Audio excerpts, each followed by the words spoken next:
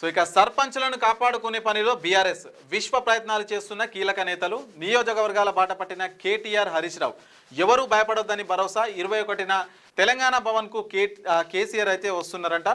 భవిష్యత్తుపై ధీమా కల్పించే ప్రయత్నం అయితే జరుగుతుంది.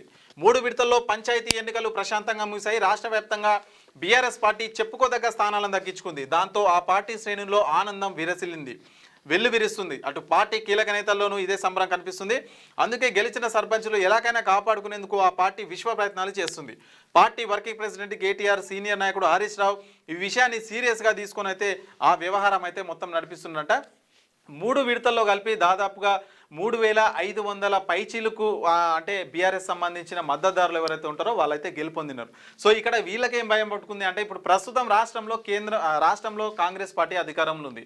సో కాంగ్రెస్ అధికారం ఇప్పుడు ఊర్లలో ఎట్లా ఉంటుంది, ఏ పార్టీ అధికారంలో ఉంటే ఆ పార్టీలోకి పోతే అభివృద్ధి జరుగుతుందని చెప్పేసి వాళ్ళు అయితే అనుకుంటారు. సో అట్లా ఏముండదు. సర్పంచ్లకు ఎక్కడి నుంచి రావాల్సిన నిధులు అక్కడి నుంచి ఖచ్చితంగా వస్తాయి. మీరు ఏ పార్టీలో ఉన్నా, స్వతంత్రంగా ఉన్నా, ఏ పార్టీలో ఉన్నా వస్తాయి.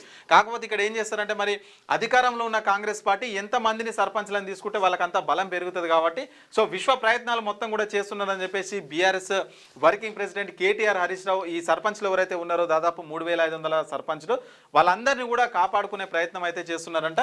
మరి 21న తెలంగాణ భవన్కు కేసీఆర్ వచ్చి వాళ్ళకు ఒక ధైర్యం కల్పించే ఒక సమావేశం ఉంటుందని చెప్పేసి కూడా ఒక కీలక సమాచారం అయితే మనమైతే చూస్తున్నాం ఇక్కడ. సో